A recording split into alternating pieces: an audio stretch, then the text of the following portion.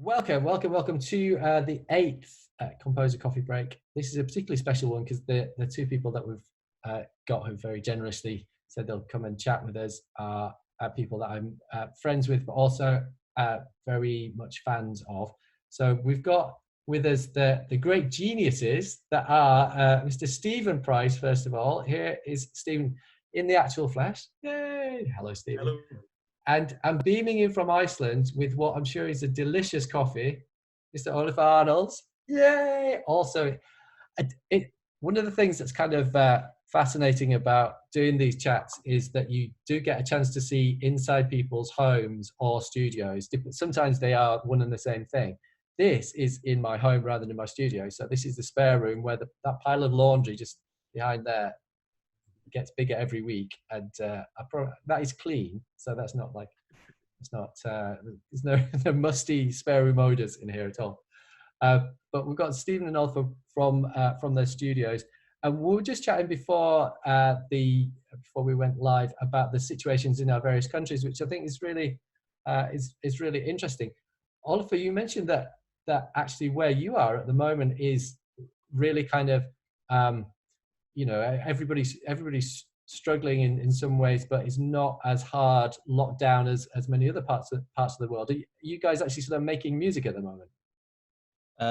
Yeah, in fact I have a recording session here on Wednesday with the string ensemble in my own studio, and that's totally legal and allowed here. Yeah, as long as we keep our 2-meter distance, we can put up to 50 people. From today, we can gather 50 people.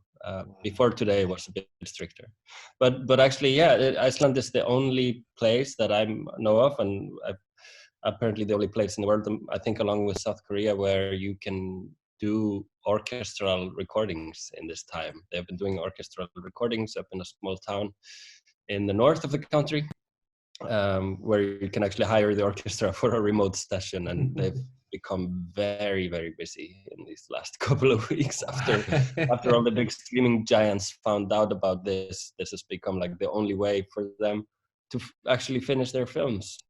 So they're booked out for the summer now. That's nuts, because we were just saying, because Stephen, you, like presumably most people in sort of London and LA have got stuff that's on hold right now, and everybody's sort of like taking a stab at trying to find ways to carry on finishing their scores. What are your thoughts? Would you be interested in doing sort of like lots of people in their bedrooms and trying to mix it all together, or is that something that fills you full of horror? I think it very much depends on the film. I mean, it's been interesting, the order of things. My projects have all kind of gone topsy-turvy. So the things I thought I was going to finish in April are now going to be finished sometime, God knows when. And another one that I was doing, I started earlier, but it's an orchestral thing. It's an animation.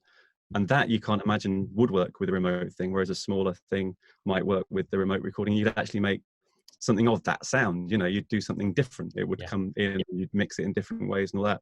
So it's really project dependent, and it's definitely a kind of nervous, sort of twitchy time, because you've got projects where they're kind of going through the normal process of working with the directors, getting things signed off, behaving as if you're going to do it in the normal way, but then there's this kind of great uncertain roadblock where you're not quite sure how you're going to deliver it. And so there's lots of things in my meetings where I'm going, yeah, it's going to sound great, this bit, but you're kind of a little bit of you in the background going, it's going to sound like 3 people in their spare rooms, beautifully mixed. Exactly. So yeah, it's going to be, it's great to hear about Iceland. It'll be interesting to see what happens elsewhere in Europe and over London, as things start to lift. Definitely. I mean, we've talked quite a bit on some of the other chats about how restriction of whether it's equipment or ideas or circumstances can, you kind of have to be creative to a certain extent to try and get yourself out of some of these situations. But I'd always kind of gone by the adage that things sound like what they are. So if that aesthetic is right, then it could be super interesting. But things don't tend to sound like other things. Like samples don't sound like an orchestra, and soft synths don't sound like real synths. They sound different, and they sound like what they are. But it feels like if for the right project and the right aesthetic, it could be lovely. But I was checking out my preparation for these chats is minimal, because in theory I sort of know who everybody is and I've chatted to them before. But looking at your studio, the cribs video that you did for Spitfire, Ollie, is that the same? Are you still in the same place now, or have you moved to a different place now?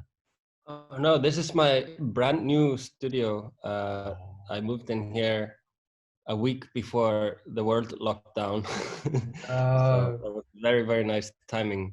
I had this wired up. My studio technician is a German, and we just managed to get him to Iceland and have the whole studio wired up before, like, he wouldn't have been able to come here and actually do it.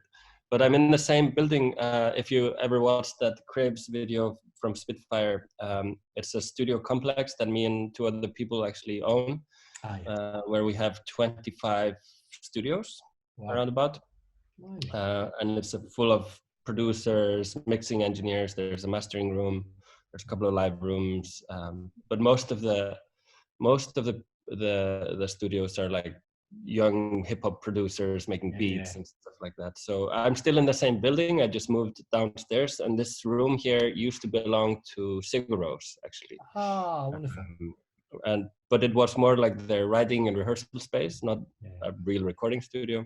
So I've done a lot of work in here to turn it into like a proper control room, proper live room, and yeah. I see. So how big is the space that you got to record in? How big's the live room? So actually, if you see this wall here behind me, that wall can open up and it completely removes. There's these little tracks here. You can see these wide tracks. The wall parks in that corner and opens up the full room for when I want to record strings. And then it's 160 square meters, I think. Wow. So I can fit a decent band in here. But then, of course, my desk is in the same room as the strings, so I have to use headphones. But if I keep that closed, then behind this wall is around 70 square meters. So still very usable, but it sounds better with it open. Yes. Way better. Do you think it's changing? I mean, you've not been in there very long, but do you think it will change what you write or how you write? Because I'm fascinated about how the spaces that we work in and certainly recording change what we do. Oh yeah, and we totally kept that in mind when designing the space, the desk, the racks over there.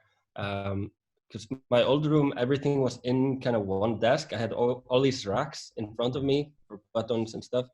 And I realized that I would never move. I was staring at the screen the whole day, and I only needed to reach my hand out for that EQ or for that compressor, or even play a synth. It was just right next to me. This room is so big, we decided to consciously make me have to constantly walk around the room. Built-in exercise. Stand up now to make a patch. I have to stand up now to play the Juno. And that already is actually changing the way I write. I feel much different. There's more like action in the whole thing. It's a little more like moving around. But the other thing that I've noticed is when having the ability to record strings in my own studio is totally changing the way we record. Because usually we would go, because there's not really a good string recording studio in Reykjavik, we would rent out the concert hall here, which is very expensive, and we would set up a mobile rig studio in one day before recording. So the whole operation of just getting strings down for an album or a soundtrack was just very expensive, and we would have to do it really fast. We very stressful. Turn through 30 cues in a day, because an extra day would burn all our budget. So what I'm noticing the most here is that I call my friends who are my string players, we meet up, we have coffee, and we take the full day to get like 3 cues down. And then we just take 3 days off, and then we meet again and take another full day for another 3 cues. We work like better, and the performers, instead of just reading notes off a paper and trying to nail things in the first take because we have to rush through the next cue, they are spending time to understand the music, understand the meaning of the music, experimenting and becoming creative partners in the project instead of just hired guns. Totally. And this space is allowing for that kind of interaction between me and my performers, which is amazing. It's really interesting because Steve, I'd say we all kind of like gravitate to one big studio in London or another. You're either a sort of Abbey Road boy or you're an Air boy, depending on, or girl, depending on what your where your allegiances lie. But have you incorporated recording as you go into any of the projects that you've worked on, or is it all that sort of big orchestral hit at the end? I mean, that's, to be honest, one of the things that has been difficult during this period, because usually within the writing period of a project, there's a bit where I'm kind of, getting a little frustrated with things. And the best thing ever I do then is just go in with a small group or an individual and just spend a day or two just recording stuff. Yeah. And that always leads to something else. And it always makes you think of something else. And all of a sudden you've got this new energy to the whole thing. Yeah. And it's just to do with being in the room with musicians and, just that thing that tweaks your ear.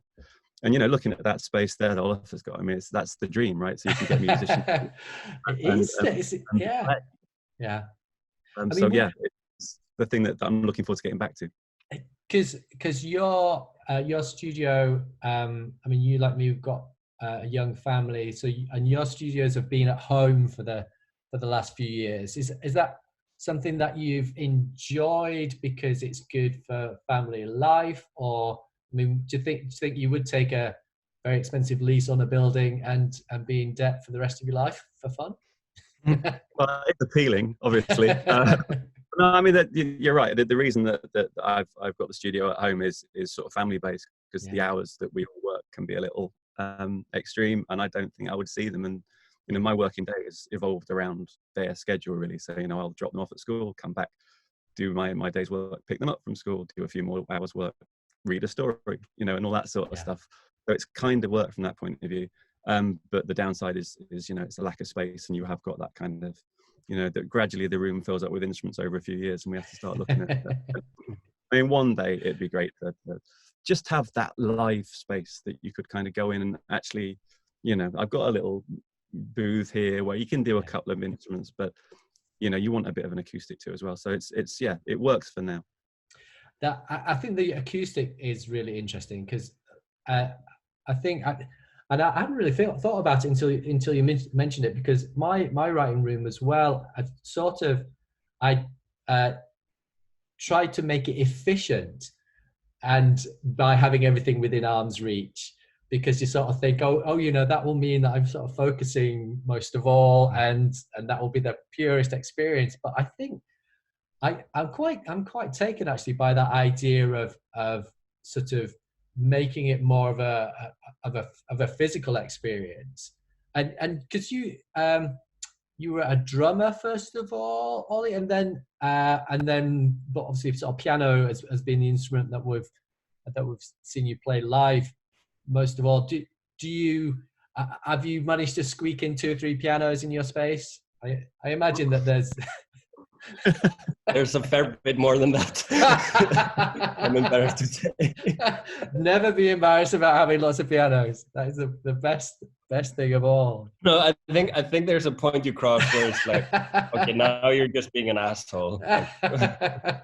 It turns into a piano showroom rather than actual studio. But yeah, I think first of all, it's unnatural for a musician to stare at the screen all day. Yeah. Of course, it's where we do our work, it's where we do our arrangements and stuff, but I'm finding it so important to look away from the screen.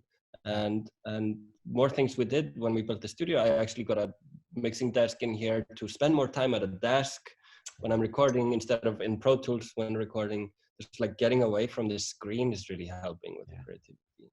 And then also having pianos in different spaces of the room.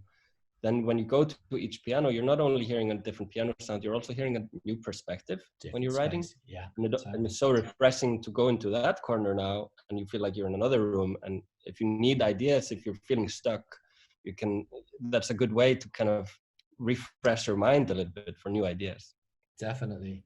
Because Steve, because you started off, I'm not sure how many people know your kind of like early backstory, but you worked with Andy Gill, and you were like a studio animal first of all, before you met Trevor Jones.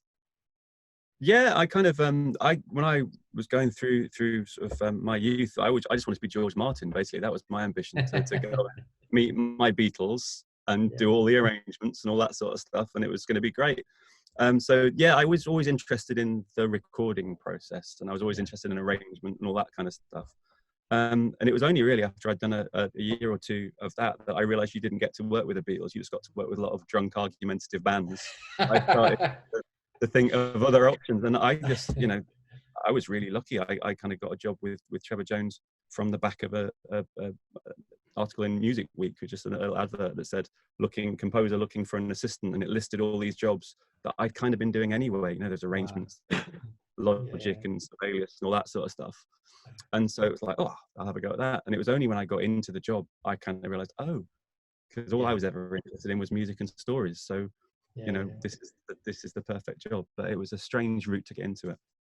And I mean, we've had a lot of questions. Obviously, both of you guys are incredibly popular, and I think not just because of necessarily the projects that you work on, although those are are wonderful in a film and TV sense, but I think a lot of people are quite inspired with the way that you guys go about what you do.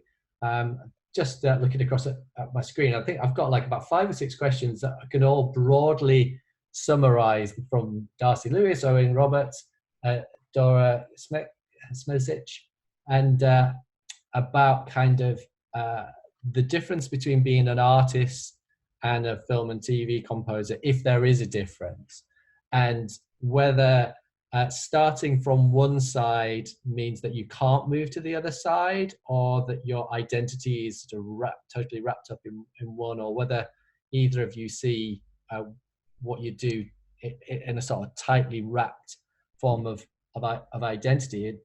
Because Ólafur, how did Broadchurch come along to you? Because I mean, you've done obviously lots of beautiful stuff with the race tapes well before that, as we both know. Is it something you were looking for? No. Yeah, I don't know. I can't answer for Stephen, but I don't call myself a film composer, and I don't intend to. I'm just an artist. I make music. Sometimes it's for film, sometimes it's for something else. And coincidentally, like all those, or most of those film projects that I've done have derived from me being an album artist. For example, Broadchurch, Chris Chibnall, the creator and main writer of that show, he was just a fan, like someone who listens to my albums, and he would take these evening walks. He lives close to those famous Dover cliffs, and he would just take his evening walks there with my music on his headphone, like my albums, and what started writing the series. And then what he told me is that when the producers started asking him, like, so who would you like to make the music for the show? He answered, well, I have no idea if he does scores or not, but if I could get anyone, it would be Ólafur, because I wrote the series to his music. And I just got like this random email, and it was one of those emails that you go like, I don't know if these people are doing anything serious or not, or if it's even going to be good. Like, But then we just talked, and he's a wonderful person. He's a really inspiring guy. And the whole team behind the show is just really, really cool people. They're now, many of them are now involved with Doctor Who. And yeah, so it's like I approached the project from that perspective. I think these are cool people. I would love to hang out with them. Let's do music together. It wasn't like my agent pitched me for a job. Yes. And did that kind of way of seeing the world, that kind of framing, did it withstand the kind of, I don't even know how many episodes Broadchurch is. Was it 6 or 10? Did it get slightly dented along the way? Yeah, it changes. Of course, it becomes more of a job on episode 24. Yeah, doesn't it just? I think like the second season was the most kind of job season because they had to rely a little bit more on the music, because just, I guess, because of the material, just needed a bit more help there to kind of keep the suspense up. But then it kind of came back to it in the third season, where everybody was just a little bit more calm. They got off there, like the second season was kind of high on popularity, whereas the third season became more grounded again. And it was like, why are we doing this again? Oh, because we want to tell some story that has an effect, that has a message to society. And so getting back to the third season was actually really grounding and just making music again. But yeah, definitely feel like work. Yeah. We did, most of the episodes had over 30 minutes of music in them. So each season would have 4.5 hours of music. So it was a lot of music to make. It's a lot, isn't it? And Stephen, I mean, your and my backgrounds are uncannily aligned in that we first met each other on Lord of the Rings, God bless it, where we were both music editors on Lord of the Rings for longer than either of us would really want to be. And I think, I mean, I've often had that conversation with myself about kind of what it is to have an individual voice as a writer, but what that means in the context of a story. And it feels like if you come up through the ranks in a way, perhaps as you and I did, then what finding a voice means is sort of something that kind of starts to happen later on. I don't know whether that thought even crosses your mind these days, or kind of happy to be in showbiz. It's been a weird thing with me, because it's sort of for years, you know, throughout the whole period of doing music editing and working on all these other kind of areas in film music, whatever they may be, sort of programming for people or additional music and all that kind of stuff, you know, and being so desperate to get into it. I was always pitching for lots of, you know, adverts and all this sort of stuff. But there was always a brief of, you know, it needs to sound like so and so, or this, that, and the other, whatever was popular. And I could never do it. And really, the time that I kind of realized that, and it's just like, okay, well, I have to like this. I've got to, whatever I'm playing now, this has to be something that I like. That's when things actually started working out for me. And, you know, throughout, you know, I'm trying to, you know, keep my career sort of developing in a way that keeps me very interested by doing different sorts of things, and, you know, follow an electronic school with a more traditional thing or whatever it may be. But they all kind of go through that filter, and nothing leaves this room until kind of I'm really happy with it. And I think somehow a voice is coming through that, you know, things do sound recognizably like mine, even if they're kind of different. It's almost, it was a confidence thing, if nothing else. It's just that realization that you can only kind of be you properly anyway. So, you know, commit to that.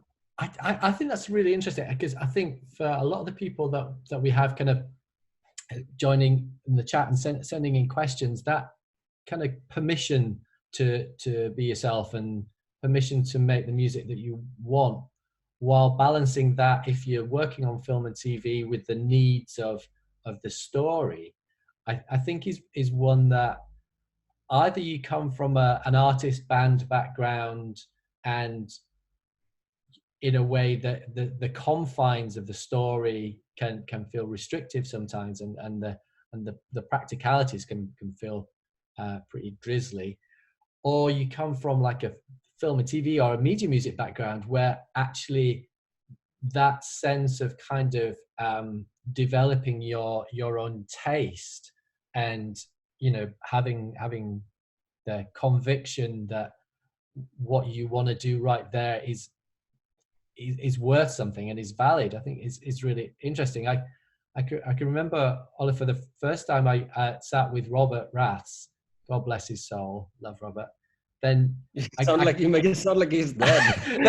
It's his obituary. Now there'll be some little pictures coming up on the top of the screen. It's kind of Robert doing something, Robert in some lovely place. But I can remember there was one particular time, it was sort of like in the middle, I'd done an EP that he'd put out, and then when we were making the first album together, I can remember going round to his flat for a drink and to play some of what I was thinking about. And I can remember going in and playing some demos for him. And there was just something, as I was pressing play on the laptop, that I was there's a bit of me thinking, am I going to get notes now? Is this sort of like a movie meeting? Should I write things down and make it? Yeah, you will. And of course you do. You get all kinds of notes and everything. But it was, for me, it was a gear change, moving from, you know, sort of 50, at that point, 15, 20 years of film and TV into that artist space where I think Robert expected me to argue in a way that you sort of doesn't necessarily work out if you try that on certain films. Did you find sort of philosophically that when you move between the different spaces that you change gear deliberately, or just kind of try and respond authentically as you go? Yeah, no, I think there's a different mindset, and I have made the mistake of not being ready to switch. Like, for the past 2 years, I've been on a totally like egotistical journey of just like putting my own music all over the world, like touring, and it's all about what I do for my own music, right? It hasn't really been soundtracks now for 2 years, and then late last year I took on a very exciting, very big project, and after a month of working in it, I realized my mind is still like I can't do this right now. I quit. I actually quit. Really? I just Did you? Sorry. Yeah. Sorry, but my mind is just not there. I have to do something that is me. I have to tell the story right now. I just have too much to tell right now, and I have to tell it. I can't be telling someone else's story right now. I'm sorry. And I walked away from I still made like the main theme. And, it's a show that just came out on Apple TV. And I still made all the main titles, and some of the music stayed in the episodes, but another composer took over and finished the score. Because just the mindset is just completely different. And I don't think I was ready to receive notes in that way either. I was just, I need to tell a story here, and it needs to be mine. And if our stories align, great, this is going to work out. They're not perfectly aligning right now, and under other circumstances I may have been able to just pivot what I do and put my own album to the side for now and do this, but it just didn't interest me. It wasn't getting me excited. And you know, I don't think that sort of necessarily that kind of framing and that way of seeing things. I'm not sure that for people kind of starting out that necessarily they all sort of have that strength of understanding about that these different worlds have really got different mindsets, and that, I mean, I think to sort of to do really good work in film and TV, I think, and you put your finger on it, I think either your story and the story on the screen have to align beautifully, or you have to find a way to sort of submerge you sort of give yourself over entirely to the story and the process, so that you're sort of like, for that period of time, very much the servant of the process. You're a servant of that story. But I think that generally, even for people who are film composers and do films, most of them who I talk to, they will say that the best work they do is when those stories align. When they don't have to shape shift into a different role each time they do a movie. So I think the work of picking a composer and really getting along together is often underrated. Like people are rushing so much. Composers are brought in at the very end, and it's just like, we need this job done now. Here's the whatever little left we have of our budget. Can you please finish this project?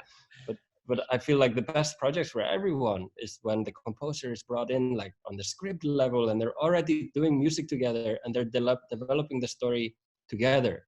You have music already when you're shooting on set, and the cinematographer can listen to it while moving the camera, so it's already moving in the tempo of the music. And for everybody I talk to, that's the best projects. That's the best outcome.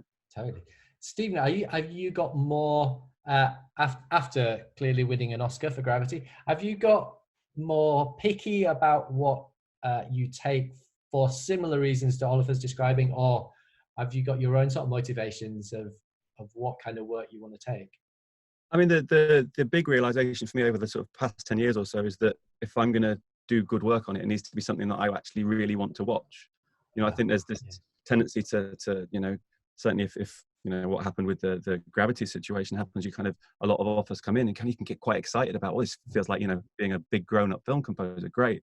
But it doesn't mean to say those projects are necessarily going to be the ones that do bond with you. And I think what Ólafur just said about, you know, your story aligning with theirs is absolutely bang on. You know, it's the best projects for me have been the ones where, you know, you've spent a lot of time talking about the project. You felt like you've got some sort of relationship even before you start writing.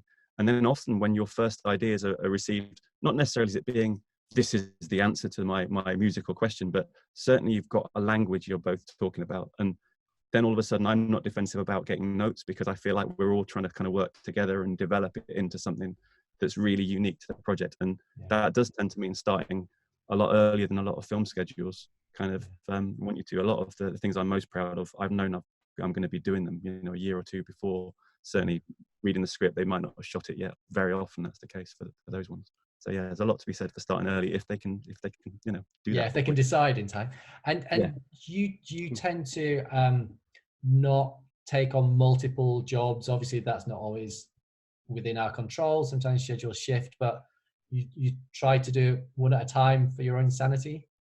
Yeah, very much try to. I mean, obviously, you know, schedules shift all the time. And I think that's definitely getting more weird as the years go by. Everything is just shifting and turning around all the time. But yeah, definitely try to. I mean, one of the things, my operation is literally me sitting in this room until down the line when we get to orchestration and that kind of stuff, when my close-knit team. So I'm not in a position where, you know, multiple projects would work for any of us, you know, and I never want to be in a position where, you know, you're not handing over stuff that you've worked through. So yeah, I mean, sometimes you just get caught out by schedules shifting and all that sort of stuff, and can't do anything about that, and it's just a grim few weeks. But the hope is always to be able to focus. Definitely. That kind of brings me on to collaborators. I've got a few questions that's asking about the people that you work with, and whether there's sort of you have an existing team of musicians, engineers, ... or do you try and cast new people for a new project, and how much of what you do is kind of because of collaboration? And Ólafur, obviously you with Kiasmos, and there's a bunch of, you know, quite significant projects that you do that are collaborative. Is that kind of how you have most fun? Yeah, I think there's a lot to learn when you admit that, then that you're not, like, how do I phrase it? All this music can't be done by only one person, and it would be completely whatever to pretend that I've done all this music, like these 10 albums and all these movie soundtracks on my own. That would be crazy. Yeah. Nobody has that many hours or that much energy. So I think that's one thing. And the other thing is just like, if you want to get out of your comfort zone, bring someone else into the studio who will bring you out of your comfort zone and help you come with ideas. But I take it further than that. I always use the same string players. They tour with me and play on my records and play on my scores. Yeah. And that way, throughout 10 years of working together, we have developed a sound together, which is unique to us. I think the importance of creating a team that you get along with, who are all a part of this, is very underrated often. That's really interesting, actually, because I know, Steve, you've, like with Gareth, you've worked with people, well, as long as I've known, the sort of like the same. Do you still work with Jeff Alexander orchestrating, or it was Jeff, and but my team, you know, David Butterworth, my orchestrator, to start, and I mean the newest person has been a chap called Bradley Farmer, who started off as an assistant about 5 years ago, fully fledged music editor, and just doing great, you know. So it is the same people that come together, and I just find that the shorthand of that affords me so much more time to concentrate on things. There's no point at which we're having to talk through how we're going to get through this one. And obviously every project's different, and there are different challenges, but the language and the shared sort of knowledge is all there, so we can get a lot done sort of very quickly, which gives me more time to kind of work on the notes. Yeah. Do you have the same core group of musicians as well? Do you choose the same leader, same sort of section principals, or even more than increasingly that? Yeah, I mean, sometimes depending on the project, some people will be more suited to that than others, but definitely there's a few core musicians that even now when you're writing stuff you go, oh, I know he's going to play that great, this line will particularly appeal to him. And that's a lovely thing to be getting to, when you're kind of almost writing with the musician's sounds in mind. I've got a bunch of questions about technology for two different reasons to both of you, in that it feels like there's quite a few people asking about Gravity, and about how it felt like one of the first music scores that really used surround and as part of the storytelling, and the Dolby Atmos mix, which again was sort of not everybody was using that spatial side of it.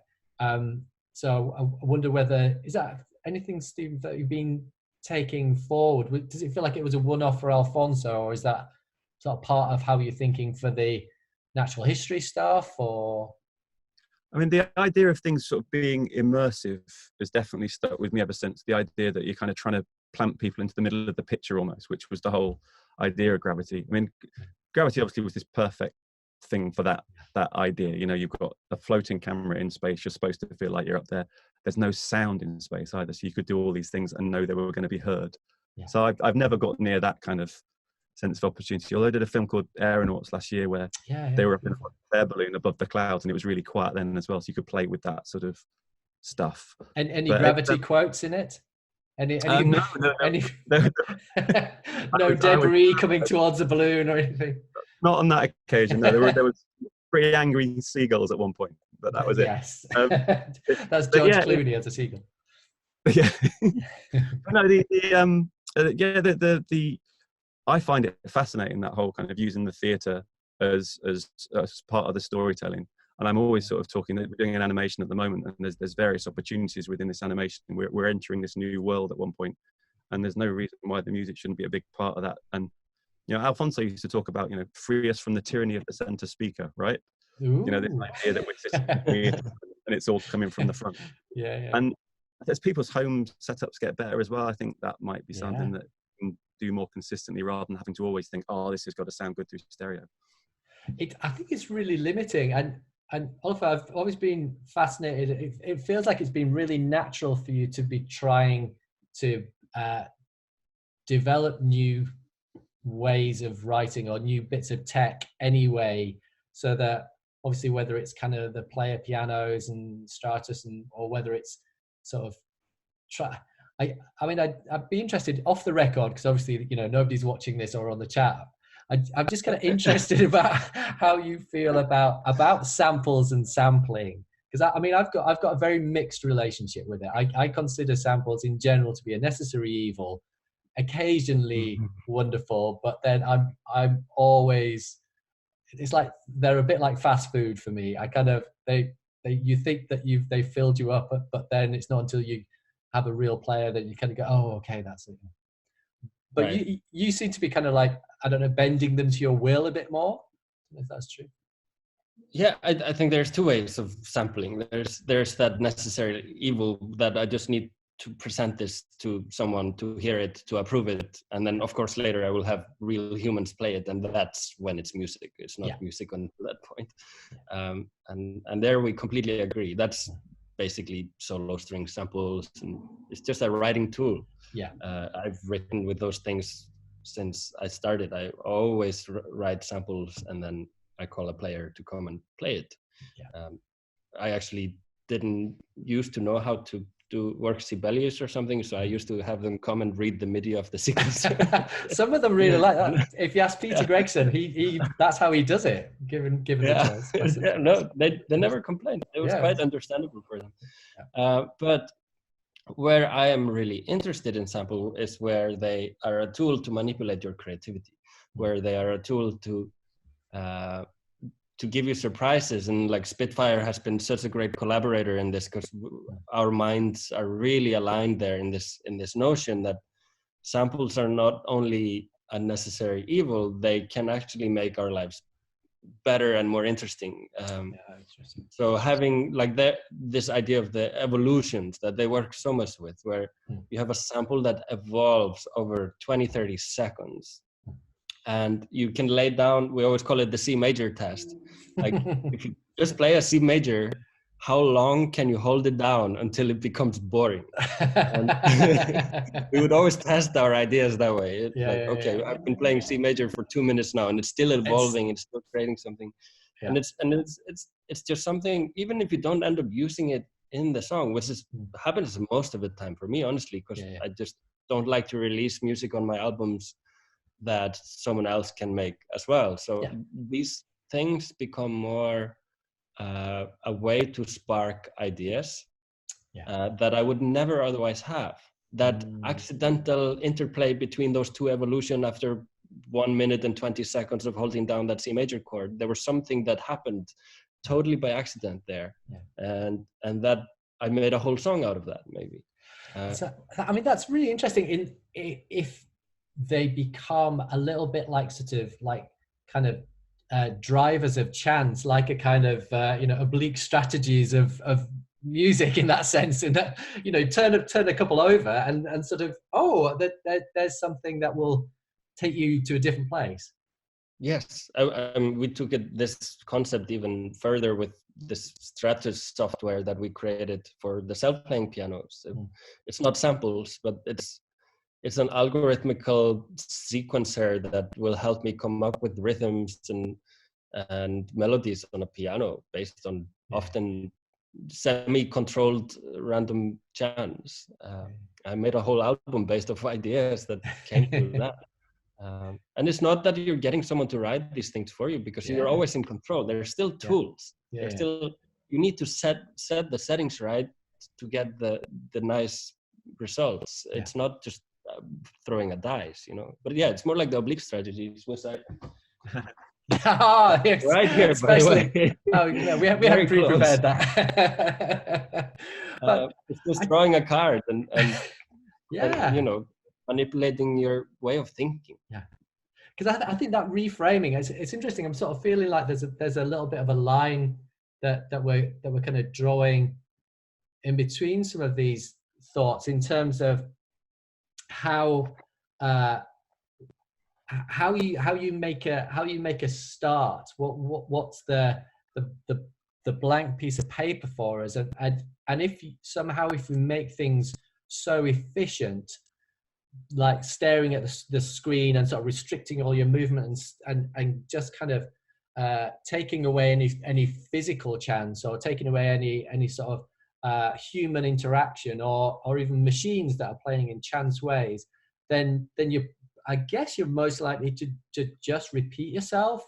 I mean, Stephen, you've obviously missed having players to have that sort of like human interaction with, but do you think there are any bits of tech that have changed the way that you work, or that you wish you had that you don't have? That's it. I mean, I think we're just in an incredible position with the tech. I mean, I write, and the whole thing evolves in Pro Tools, basically. I long ago stopped using all these other DAWs and just went onto one. And the reason I went into Pro Tools because I found I was building up my music more like I would do a record rather than a film score. The way I was taught growing up with film score and working for composers, where everything was virtual instruments and it was all kept MIDI till the end, and then you'd replace everything. And you ended up with orchestral scores that sounded great and were all recorded very beautifully. But there wasn't this other world, and kind of I like the layers of my music's very layered anyway, and these sounds kind of evolve during the course of a project. So, I mean, for example, there's a project that we can't finish at the moment because we can't do a little bit of shooting we need to do. But there's a lot of neon lights in it, and the start for this project was to just record a lot of neon lights, or kind of make a load of sounds that felt like that. And half the sounds you got weren't actually that interesting, but with processing, all of a sudden they suggest a rhythm, or they suggest a little harmony that I'd never have come up with myself, but led me off on a different way. So it's almost like the story led the idea, which led a process to try and make it musically interesting, and then that led the theme, and that led everything else. So I kind of as long as you can get something organic in very early on in the process, it seems to give me a kind of way into a story often, if that answers the question. No, I think that's really interesting, because I know, well, I don't know, but I heard, because you use Pro Tools and not a like Logic or those kind of things. Do you think it's for a similar reason that those bits of, that it feels like you're recording, not doing something different?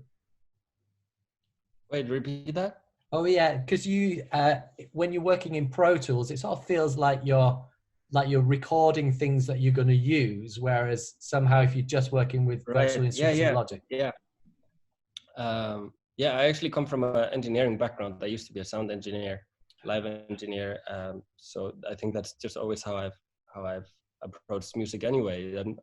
And more and more, like I, of course, didn't used to have the nice microphones that I have now. So yeah. I would record more demos and then pay for a day in the expensive studio to replace them. But nowadays I try, when I'm writing, to keep in mind that whatever I'm writing right now has the chance to become a part of the end result. I really try to keep that in mind. Yeah, that's really interesting. Not replace things too much. But I just wanted to add something on what Stephen was saying also about just using these tools as a way to get ideas, like recording random sounds, and they start sounding like music. They're sampling some neon lights, but you start hearing rhythms in them. Yeah. And I got the chat open, and I saw a comment that the more composers talk about being inspired by tools like chamber evolutions, the more respect I get for composers who had to figure out everything by themselves without any software. I'm just saying people like Ólafur, for example. Yeah. And I think it's a great comment. It brings just up a great thought for me, though. Yeah. I don't think these software tools are any different from the tools Ólafur uses. No. He rolls a dice. Yeah. It's a hilarious composer to choose, because you know about systems. His tools are just analog. He came up with this Tintinabuli. Are you familiar with his way of writing, that everything gets tied to the triad?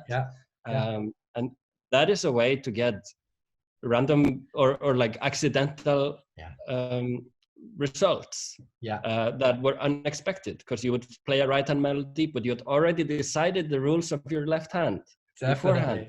And that is exactly the same as we're doing with these evolutions, sample libraries, or recording random sounds and accidentally hearing rhythms. And I don't see any difference between this, except there's a computer involved and there's a pen and a paper involved. But the idea is exactly the same. Do you know that this has turned into my favorite comment and response, because like of all and not saying to I think it's about Heath, that there's anything sort of wrong with that comment, but of all the composers that you could have chosen, like, so I'm a massive Avo Pet fan, and the sort of Tintinabuli techniques, I kind of I think it feels like everybody gets to a stage where they want to absorb them and make them their own, and so like on the record that the first record I made for Erased Tapes, Entanglement, recorded out in Berlin in Voxton, where I know we've all recorded a lot. All that string music has got all of those techniques, and I did it all on paper, but it doesn't make me any more of a sort of kind of old school composer that if I'm using any of the tools that we've got, because they're ways of sort of and maybe that's what composing is, that there's a sort of like that you're setting up a structure that you then respond to, and it's your choice about how you respond to it. That's where your voice is, and your sort of and your mark as an artist is about how you choose the results of that process and when you change it.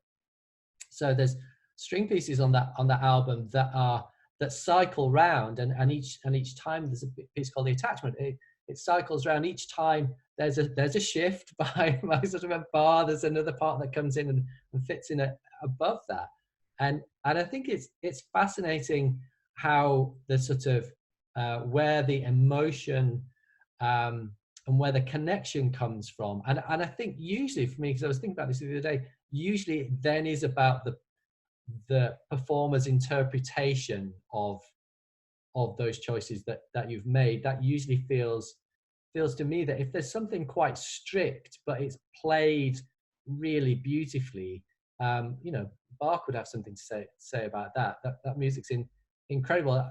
We sort of, Stephen, we've veered into systems music and or the sort of the use of systems within it, and without wanting to rant about it, I mean, patterns and systems are a part of what makes us all work as writers, surely.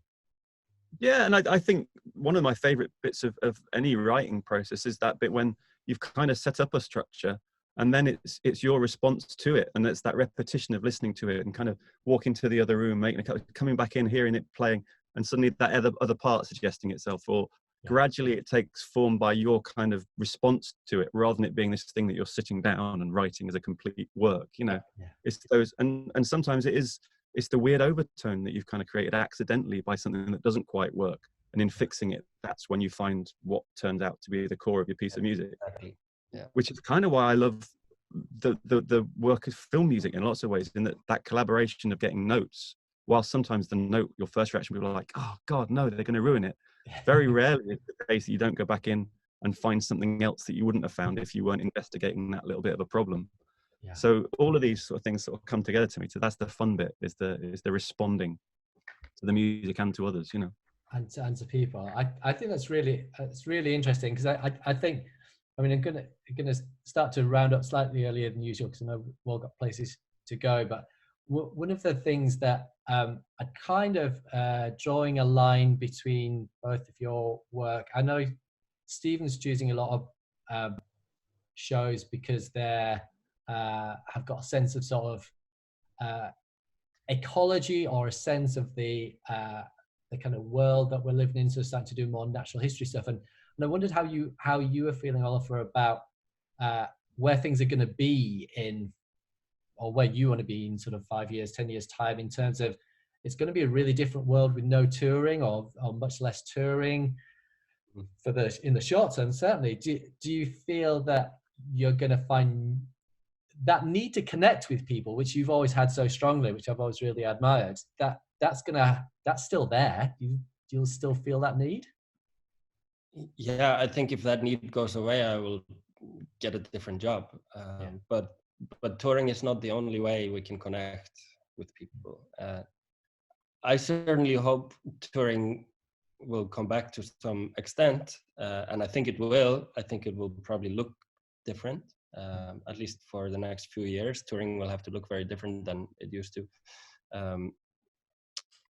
And I don't know if I can really do without the touring, because you spend so much time in this room here and making music by your own.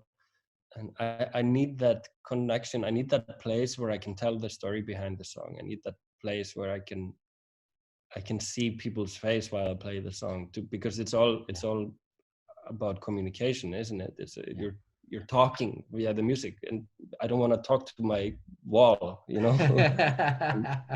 So I hope that comes back. But in the meanwhile, yes, we're thinking very hard about what are the ways we can replace that for the time being, at least. Is it through video? Is it through live streaming? Is it through, I don't know exactly what it is yet, but we want to replace the intimacy of it. So, and I think the easiest answer is like social media, but social media is not very intimate these days. No. And it's not very vulnerable either, because what you put out is so controlled. So we don't fully have the answer yet, but I'm working with some really, really wonderful and inspiring people right now on creating a project that for this fall, which we hope to find some way within that project to present that vulnerability, because the vulnerability in music is really what makes us connect with it, right? And in a digital world where I cannot be face to face with the listener, how do we still present that vulnerability? How do we still put that out there?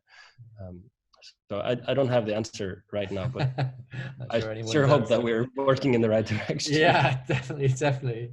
Stephen, are you kind of, I know the natural history stuff is kind of close to your heart, not just because the images are beautiful, but you know, more on a kind of on a social or a sort of on a personal level.